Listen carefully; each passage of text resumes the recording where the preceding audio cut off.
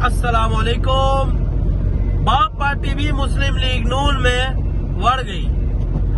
बहुत बड़ी तब्दीली आई है पाकिस्तान की सियासत में, मुस्लिम लीग नून की सियासत में। हाल दिनों MQM ने मुस्लिम लीग नून के साथ इलाक किया था और अब जाम कमाल जो साबिक चीफ मिनिस्टर रहे हैं बलोचिस्तान के, उन्होंने अपने 50 MPAs और मुतअद्दिद MNAs के साथ इलाक किया है मुस्लिम लीग नून के साथ, मियां मोहम्मद नवाज शरीफ साहब के साथ।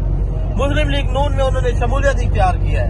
अब तक की ग्राउंड रियलिटी तो यही बता रही है कि नवाज शरीफ और मुस्लिम लीग नून आबोताब से पाकिस्तान के ऐवानों में आती नजर आ रही है। लेकिन सियासत में कोई हर्फ आखिर नहीं होता, राती रात तब्दीलियां भी हो जाती हैं, बंदे बदल जाते हैं, नजरियात बदल जाते हैं। लेकिन अब तक की ग्राउंड रियलिटी यही है, अब तक के हालात यही बता रहे हैं कि मुस्लिम लीग नून इक़्तिदार के ऐवानों में आती नजर आ रही है। पंजाब में मुस्लिम लीग नून की ये सिचुएशन है कि हर हलके में 2-2 उम्मीदवार हैं, 3-3 उम्मीदवार हैं। मुस्लिम लीग नून के लिए बहुत बड़ा चैलेंज होगा, नवाज शरीफ साहब के लिए बहुत बड़ा चैलेंज होगा।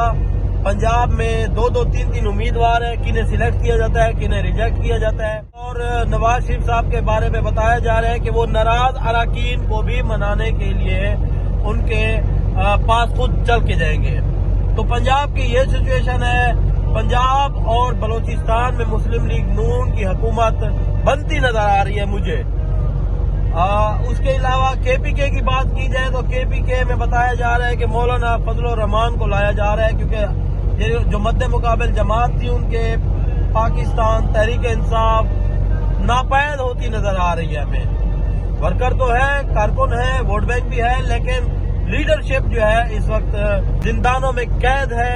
लिहाजा उनकी हुकूमत में आने के, उनके इक़्तिदार में आने के कोई चांसेस दिखाई, दूर दूर तक कोई चांसेस दिखाई नहीं दे रहे। बात की जाए पीपल्स पार्टी की तो सिंध में ऑलरेडी पीपल्स पार्टी है, वहां कोई नहीं जा सकता, चाहे वो PTI हो, चाहे MQM हो, चाहे JUI हो। तो मैं जो सूबे हैं उनकी मैंने आपको सिचुएशन बता दी है।